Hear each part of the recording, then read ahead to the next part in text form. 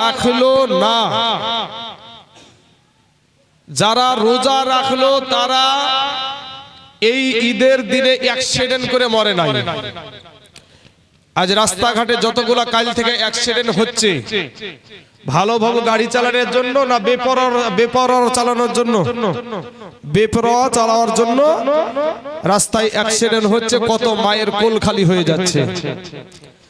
ওই মা বাপ এমনই বাপ মা, ওই বাপ মা এমনই কপাল পোড়া হতভাগা মা যে রমজান মাসে সন্তানকে রোজা করাতে পারেনি, কিন্তু মোটরসাইকেল নিয়ে ছেড়ে দিয়েছে। আর এমন ভাবে মোটরসাইকেল টানছে বাবা, তো মোটরসাইকেল টানা দেখে আমাদের গাড়ি চালাতেই ভয় লাগছে। কি করছে ওরা? ঈদের উৎসব করছে, ঈদের আনন্দ করছে। ঈদের আনন্দ কাদের জন্য গো? রোজাদারদের জন্য। ঈদের আনন্দ হলো রোজাদারের জন্য। আর ওই হারামখোর সারা মাস রোজা রাখেনি, সারা মাস পেট ভর্তি করে 3 বার খাইয়াছে, খাওয়ার পরে উনি নাকি রোজার উৎসব করছে।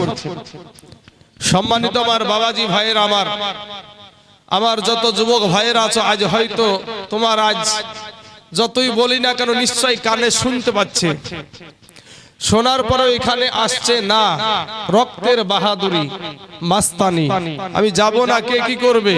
তোমাকে কেউ কিচ্ছু বলবে না, তোমাকে একটা থাপ্পড়ও কেউ মারবে না। মারবে ভাই? আমরা কি মারতে যাবো? কি দরকার মারার? তোর কবরে তুই যাবি, আমার কবরে আমি যাব, ঠিক তো ভাই? তোমার কবরে তুমি যাবো, আমার কবরে আমি যাব। কিন্তু আমাদের কাজ হলো বলা, মানা না মানা সেটা আপনার ভিতরে। তো সম্মানিত আমার বাবাজি, আমার ভাই জানারা, যে মাহে রমজানুল মুবারক মাসে আল্লাহ পাক রব্বুল আলামিন রোজাদারদের জন্য 2টা খুশি দিয়েছে। 2টা খুশি, মেন খুশি হলো 2টা। তো 2টা খুশি কি? একটা হলো ইফতার করা, সারাটা দিন সেই সুবহে সাদেকের টাইমে, সাহারির টাইমে খাওয়া দাওয়া করার পরে সারাটা দিন উপাস থেকে, সারাটা দিন না খেয়ে ইফতার করার যেই মজা, 3 বার খাইয়া যদি ইফতার করে সেই মজা পাবে ভাই। সেই মজা ছাগলে ঘাস খেলেও যেরকম লাগবে, ওই 3 বার খাওয়ার পরে রোজা ইফতার করলেও ওরকমই লাগবে, তার বেশি আর কিছু লাগবে না। কিন্তু রোজাদারদের যে একটা মজা, ওই ইফতারের টাইমে পেঁয়াজি, তরমুজ, আপেল, কমলা, শশা, মুড়িকে সুন্দর করে মাখিয়ে আপনার যখন রোজাদার যখন রোজা ইফতার করে, সেই মুহূর্তটা যে আনন্দ রোজাদারের, সেই আনন্দ বেরোজদার কোনোদিনই পাবে না, কোনোদিন পাবে না। আর একটা বিষয় হলো, আর একটা খুশি কি, আমার আল্লাহ বলছেন আস-সাওমু লি, রোজা আমার জন্য। অবশ্যই আমরা নামাজ আল্লাহর জন্য পড়ি, আমরা যাকাত আল্লাহর জন্যই দিই, হজ আল্লাহর জন্যই দিই, যাকাত আল্লাহর জন্যই দিই। কিন্তু আমরা আল্লাহ কোন জায়গাতে বলেনি যে আল হাজ্জু লি, এই লি শব্দটা কোথাও ব্যবহার হয়নি, বা আল যাকাতু লি এটা ব্যবহার হয় নাই, আসসালাতু লি এটা হয় না। অবশ্যই আমরা আল্লাহকে খুশি করার জন্যই নামাজ আদায় করে থাকি, কিন্তু রোজার বেলায় আল্লাহ পাক বলছেন আস-সাওমু লি, রোজা আমার জন্য। আল্লাহ বলছেন রোজা আমার জন্য। আর ওয়া আনা উজজা বিহি, রোজাদারদের জন্য আমি আল্লাহ পাক নিজেই তাদের পুরস্কার। জোরে বলেন সুবহানাল্লাহ। নামাজের নেকি ফারিস্তা দিয়ে আল্লাহ লিখায়, যাকাতের নেকি ফারিস্তা দিয়ে লিখায়, সমস্ত আমলের নেকি ফারিস্তা দিয়ে লেখায়। কিন্তু রোজাদারের জন্য আমার আল্লাহ পাক বলে আমার রোজাদার ব্যক্তি বান্দাদের জন্য আমি নিজ কুদরতি হাতে আমি সওয়াব দেব। জোরে বলেন সুবহানাল্লাহ। তাহলে আল্লাহ মনে হয় আমাদের কম দিবে নাকি গো ভাই? নিশ্চয়ই আল্লাহ যখন দিবে, আল্লাহ তো অতি দয়ালু, আমাদের মা বাবার চাইতে কোটি কোটি কোটি গুণ আমার আল্লাহ পাক আমাদের প্রতি মায়াটা বেশি। তাহলে নিশ্চয় আল্লাহ খুশি হয়ে বেশি দিবে। তাহলে বাবাজি আস-সাওমু লি ওয়া আনা উজজা বিহি, আল্লাহ পাক বলছেন যে রোজা আমার জন্য আর রোজাদারদের জন্য আমি আল্লাহ নিজেই পুরস্কার। জোরে বলেন সুবহানাল্লাহ। এই মাহে রমজানুল মুবারক মাস যারা রোজা রেখেছে মা বোনেরা একটা জিনিস শিক্ষা নিয়ে নিন, জীবনী শুনবেন, অবশ্যই শিক্ষারও দরকার আছে আমাদের। এই কথাগুলা যেগুলা বলছি, যে কথাটা বলতে চাইছি, এই কথাগুলো খুব সুন্দরভাবে একটু মনোযোগ দিয়ে শুনেন। একটা রোজার পরিবর্তে আল্লাহ পাক 10 দিন রোজা রাখার সওয়াব দেয়। জোরে বলেন সুবহানাল্লাহ। তাহলে 30 দিনে আমরা 30টা রোজা রেখেছি, 30 দিনে 30টা রোজা রেখেছি। তো 30টা রোজাকে যদি 10 দিয়ে যদি আপনি গুণ করেন, তাহলে 10 30 হয় 300। তাহলে এক বছর হয় কত দিনে ভাই? 365 দিনে এক বছর। 365 দিনে এক বছর। তাহলে রোজাদারদেরকে আল্লাহ পাক 365 দিনের সওয়াব দেয় কখন, সেই বিষয়টা আপনাদেরকে ধরায়া দিই। তাহলে আমরা এখানে পেলাম 300 দিন এই রমজান মাসে রোজা রাখার জন্য, 30 দিন রোজা রাখার জন্য আল্লাহ পাক 300 দিন রোজা রাখার সওয়াব দান করে। তাহলে এখন আমাদের কাছে 65 দিন বাকি আছে। এই 65 দিন কি করে আপনার সওয়াবটা হবে? এটা চলছে আপনার শাওয়াল মাস। এই শাওয়াল মাসের 6টা রোজা আছে। কয়টা রোজা? অনেকেই বলে থাকে সাক্ষী রোজা বলে একটা রোজা বলে না। এই সাক্ষীটা কি? এটা নাম না, সাক্ষী বলে কোনো জিনিস নাই। কিন্তু শাওয়াল মাসের 6টা রোজা আছে। এই শাওয়াল মাসে 6টা রোজা কে যদি আপনি 10 দিয়ে গুণ করেন, তাহলে কত দিন হবে? 6 10 60। তাহলে 360 দিন হলো। শাওয়াল মাসে রোজা, 6 রোজার কত গুরুত্ব দেখেন। 6টা রোজা আমরা অনেকেই করি না, কিন্তু আমার দয়ার নবী বলছেন এই 6টা রোজা যদি কোনো ব্যক্তি করে, তাহলে 60 দিন রোজা রাখলে যে সওয়াব আল্লাহ দান করে, এই 6টা রোজা রাখলে সেই সওয়াব আল্লাহ তার আমলনামায় দিয়ে দেয়। জোরে বলেন সুবহানাল্লাহ। তাহলে 360 দিনের আমরা রোজা রাখার হিসাব পেয়ে গেলাম। বছরে 5 দিন রোজা রাখা হারাম। কয় দিন? বছরে 5 দিন রোজা রাখা হারাম। কোন কোন দিন? একটা হলো ঈদুল ফিতরের দিন, যে ঈদ আমরা পালন করলাম, এটাও বোধহয় ঈদগাহ নাকি? তো এখানে যে ঈদের নামাজটা পড়লেন, এই দিনটা হলো রোজা রাখা হারাম, চলবে না। ঈদের দিনে রোজা রাখা হারাম। আল্লাহ বলে, বান্দারে সারা রমজান মাস তুই আমাকে খুশি করার জন্য কত কষ্ট করে বিবির থেকে দূরে থেকে তুই সুবহে সাদেক থেকে নিয়ে ইফতার পর্যন্ত তুই না খেয়ে থেকেছিস। ও বান্দা, যা আজ আমার নিয়ামতের হালাল খাবারগুলো তোর জন্য দিনের বেলাতে আমি জায়েজ করে দিলাম, অর্থাৎ আমার তরফ থেকে তোদের প্রতি দাওয়াত রইল। জোরে বলেন সুবহানাল্লাহ। অতএব আল্লাহর তরফ থেকে দাওয়াত হওয়ার কারণে এই ঈদুল ফিতরের দিন রোজা রাখা হারাম। আমি বলেছি 5 দিন রোজা রাখা হারাম। তাহলে একদিন আমরা পেলাম। আর একটা হলো ঈদুল আজহা, যেটা কোরবানির ঈদ। ওই কোরবানির ঈদে রোজা রাখা, ওই দিনে রোজা রাখা হারাম। আমাদের রক্ত পানি করা, ঘাম ঝরানো টাকা দিয়ে, মেহনত করা টাকা দিয়ে যে পশু কিনে আমরা আল্লাহর ওয়াস্তে কোরবানি করি, আমার আল্লাহ বলে লা ইয়ানাল্লাহু লুহুমুহা ওয়ালা দুমাউহা ওয়ালাকিন ইয়ানালুহুত তাকওয়া মিনকুম। আল্লাহর কাছে মাংস পৌঁছায় না, আল্লাহর কাছে রক্ত পৌঁছায় না, আল্লাহর কাছে হাড্ডি পৌঁছায় না, আমার আল্লাহর কাছে পৌঁছায় আপনার তাকওয়া। কি সেই তাকওয়াটা আমার আল্লাহর দরবারে কবুল হয়। জোরে বলেন সুবহানাল্লাহ। কোরবানির মাংস আল্লাহর কাছে যায় না, মাংস মানুষই খায়, কিন্তু কোন নিয়াতে আপনি কোরবানি দিচ্ছেন, এই নিয়াতটা আমার আল্লাহর কাছে পৌঁছায়। অতএব কোরবানি যখনই আপনারা দিবেন, আল্লাহকে খুশি করার জন্য দিবেন। কে কি বলবে না বলবে, এই যে একটা লজ্জাতে, যে কোরবানির দিনে কোরবানি না থাকলে লজ্জা লাগে, টাকা থাকা সত্ত্বেও আমরা কোরবানি দিই না, অনেকে এরকম আছে। আবার কেউ আছে মোটা তাজা গরু কিনে মানুষকে দেখায় যে দেখো আমরা কি কোরবানি দিচ্ছি, এরকম বহুত মানুষ আছে সমাজে, আছে না ভাই? তো এইগুলা না, নিয়াত হলো আল্লাহকে খুশি করার জন্য কুরবানি করতে হবে। আচ্ছা, তাহলে ঈদুল আজহার দিনও হলো রোজা রাখা হারাম, চলবে না।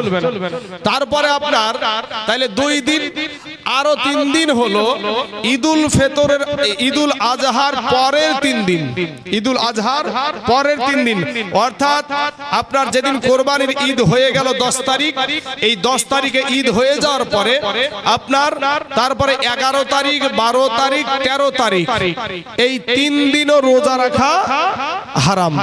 এই 3 দিনও রোজা রাখা চলবে না, একবারে শরীয়তে এটা হারাম। এই 5 দিন রোজা রাখা হারাম। অতএব ব্রাদার ইসলাম মুআজ্জাজ সামিনী কিরাম, আপনারা এতটুকু মাথায় রাখেন যে শাওয়াল মাসের যে 6টা রোজা, এই 6টা রোজা মা বোনেরা বেশির অংশ করে থাকে, ঠিক না? মা বোনেরা বেশির অংশ করে থাকে। তো এই 6টা রোজা ভেঙে ভেঙে করতে পারে না একসঙ্গে করতে হবে? জানার দরকার আছে না নাই? জানার দরকার আছে। তো মা খালারা শুনেন, মহিলাদের জন্য মশলার বিষয় আছে এখানে, যে রোজাদারের যে শাওয়াল মাসের যে রোজা 6টা রোজা, কিন্তু মহিলাদের জন্য কাজা রোজাও থাকে। মহিলাদের জন্য নামাজ মাফ করে দেয় আল্লাহ, কিন্তু রোজার কাজা উঠাতে হয়, রোজার কাজা উঠাতে হয়। মা বোনেরা মাসে মাসে অসুখ হয়, ঠিক না ঠিক? মাসে মাসে অসুখ হয়, ওই যে অসুখ হওয়া ভাঙতি রোজাগুলা, ওই রোজাগুলার কাজা উঠাতে হয়। এখন কাজা রোজা আগে করবেন না শাওয়াল মাসের 6 রোজা আগে করবেন? তো 6 রোজা আপনার, যদি কোনো ব্যক্তি, কোনো মা বোন যদি মনে করে যে আগে আমি রমজান মাসের ওই ভাঙতি রোজাগুলা আগে করব, করতে পারেন। কারণ রমজান মাসের একটা রোজা আর আসমান জমিন যদি একদিকে দেওয়া হয়, আর রমজান মাসের একটা রোজা যদি একদিকে দেওয়া হয়, তো রমজান মাসের একটা রোজাই আর দাড়ির পাল্লা ভারী হয়ে যাবে। জোরে বলেন সুবহানাল্লাহ। তাহলে যদি মা খালারা মনে করেন যে এই কাজা আগে তুলবো, আগে আমরা কাজাটা আদায় করব, তাহলে আপনি আগে কাজাটা আদায় করে নিতে পারেন।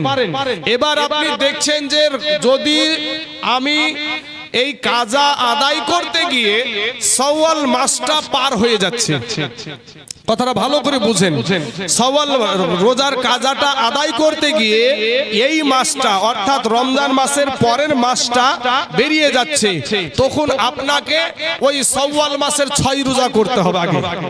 তখন আপনাকে শাওয়াল মাসের 6 রোজা করতে হবে, কারণ এই শাওয়াল মাসের পরে এই 6 রোজা আর আদায় হবে না, এই আদায় হবে না। তাহলে আপনি দেখছেন যে শাওয়াল মাসের 6 রোজা যদি আগে কাজা আদায় করতে যাই, তাহলে এই 6 রোজা আমি আর পাবো না। তখন আপনি এই 6 রোজাটা করে নিন, করে নেওয়ার পরে আপনি কাজা উঠান। কাজা পরের মাসে উঠানো হবে, তারপরের মাসেও উঠানো হবে, কাজার কোনো সময় নাই, ও যখন ইচ্ছা তখন তোলা যাবে। কিন্তু আপনার এই শাওয়াল মাসের রোজাটা তখন করে নিতে হবে। এখন শাওয়াল মাসের রোজা যে 6 রোজা, এটা ভেঙে ভেঙে করা যাবে না একসঙ্গে করতে হবে? মা খালাদেরকে বলবো যে মা জননীরা, এই রোজাগুলা যদি মনে করেন যে আমি আজ একটা রাখবো, মাঝখানে একদিন ফাঁকা দিব, আপনি করতে পারেন। বা এই সপ্তাহে আমি 2টো করলাম, সামনের সপ্তাহে আবার 2টো করব, তাও করতে পারেন। কিন্তু নিয়াত রাখতে হবে শাওয়াল মাসের 6 রোজার মধ্যে 1 নাম্বার রোজা আমি ধরলাম। দ্বিতীয় রোজা যখন রাখবেন তখন নিয়াত করবেন যে শাওয়াল মাসের 6 রোজার মধ্যে 2 নাম্বার রোজা আমি ধরলাম। এইভাবে আপনাকে নিয়াত করতে হবে। নিশ্চয় আপনারা, আশা করি আপনারা এই শাওয়াল মাসের যে 6 রোজা সম্পর্কে আপনারা ভালোভাবে মোটামুটি জানা গেল। আল্লাহ আমাদের বুঝার তৌফিক দান করুক। সকলেই বলেন আমিন। একবার মুহাব্বতের সহিত দুরূদ শরীফ পড়েন। আল্লাহুম্মা সাল্লি মাওলানা মুহাম্মাদ ওয়া আলা আলিহি মাওলানা মুহাম্মাদ সাল্লাল্লাহু আলা মুহাম্মাদিন লাগায়া বাজার দয়ার নবী গো আমার হাজির আছেন সারা দুনিয়ায় জোরে বলেন একবার সুবহানাল্লাহ লাগায়া বাজার দয়ার রাসূল গো আমার হাজির আছেন সারা দুনিয়ায়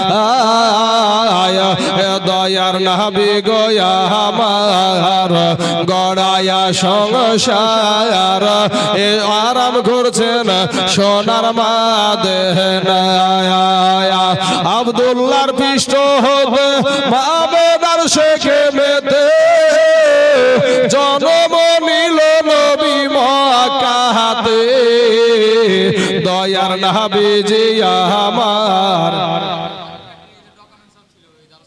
কোথায় হারালছে এখানে এখানে কোথায় জালসা হচ্ছে জালসাটা কোথায় হচ্ছে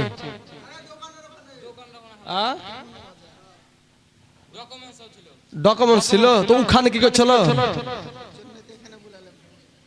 এখানে হারালছে কি সেটা বলো তো বাজারে হারালছে বাজারে কি করছে বাজারে ডাকা হয়েছে দাওয়াত আপনারা বাজারের জন্য দিয়েছেন না এখানের জন্য দিয়েছেন ভাই আরে কথা বলেন কোথার জন্য দিয়েছেন তো বাজারে হারালছে এখানে কেন এখন এখানে কেন বিপদে পড়েছে তার লেগে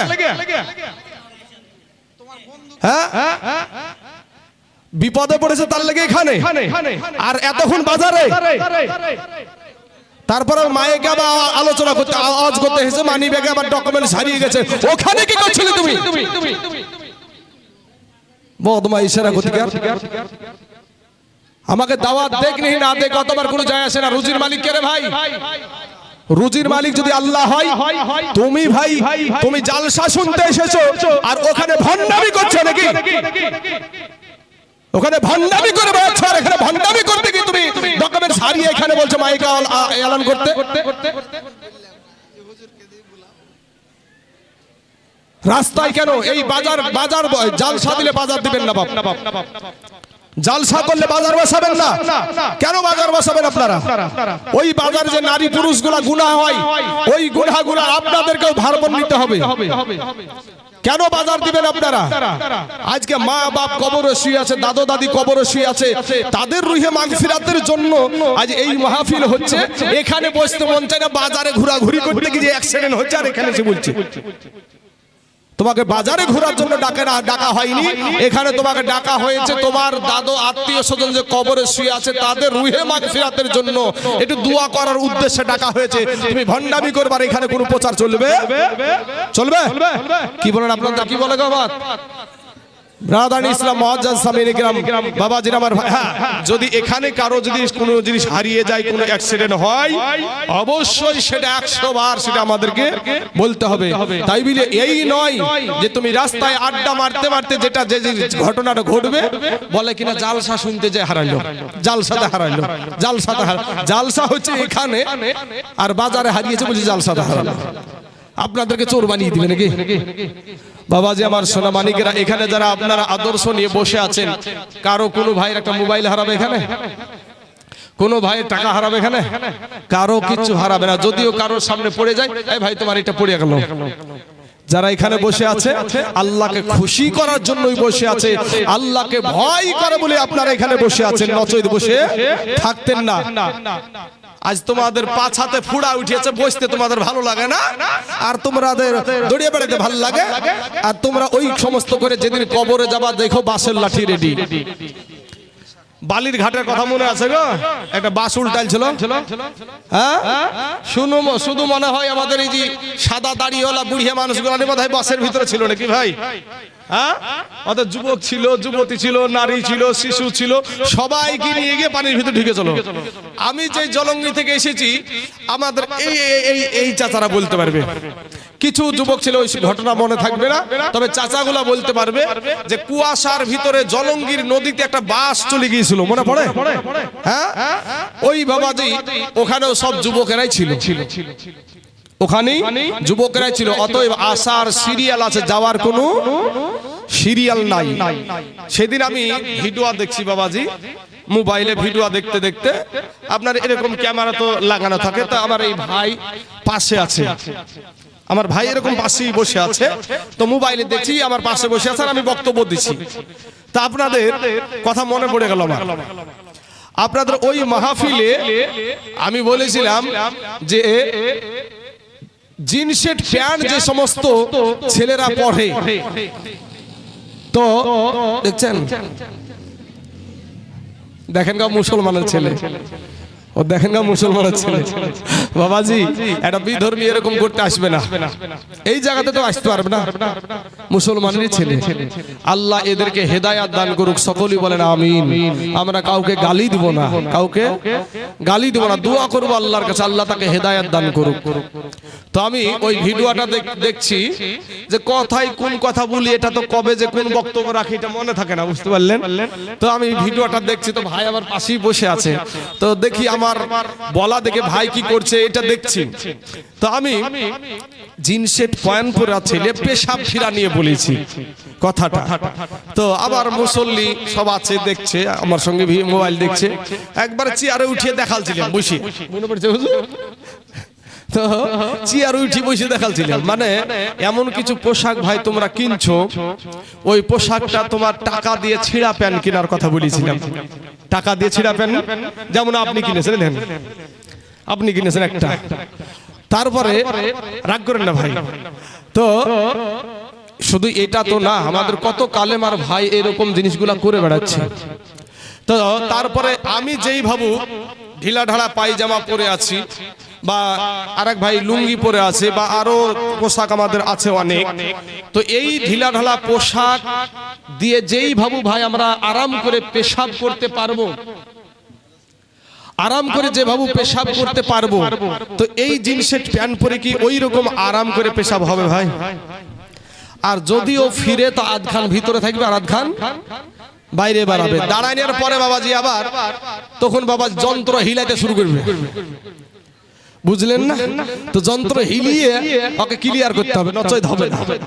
আর আমাদের এই সমস্ত কোনো অসুবিধাই হয় না, ঠিক না ঠিক ভাই?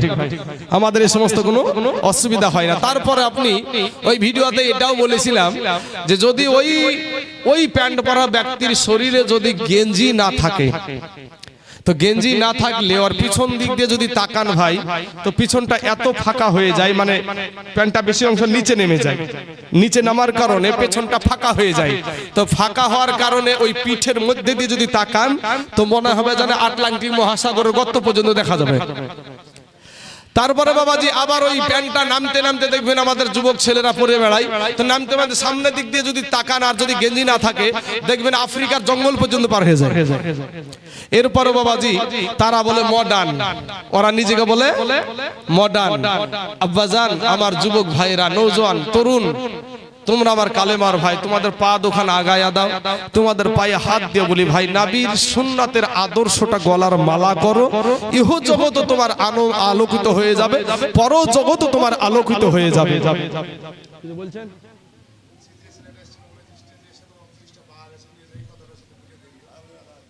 যাক, বিষয়টা হলো যে বিষয়টা নিয়ে আমি এত হলাম, ভুল মানুষ মাত্রই হয়, ভুল মানুষেরই হয়। তো একজন যুবক ভাইয়ের একটা ম্যানি ব্যাগ হারিয়ে গেছে, তাতে ডকুমেন্টস আছে, যদি কোনো ভাই পেয়ে থাকেন। পাওয়া গেছে? আচ্ছা ভাই, তুমি লজ্জাতে পালিয়ে গেছো ভাই, শোনা তুমি আমার মুসলমান ভাই, সেই আবদার নিয়ে তোমাকে আমি বলেছি, তোমার ম্যানি ব্যাগটা পাওয়া গেছে, স্টেজে আছে, তুমি আসো, কোনো লজ্জার বিষয় না, আসো তুমি এসে নিয়ে যাও, তোমার স্টেজে এসো, এসে তোমার ব্যাগটা নিয়ে যাও, মানি ব্যাগটা নিয়ে যাও।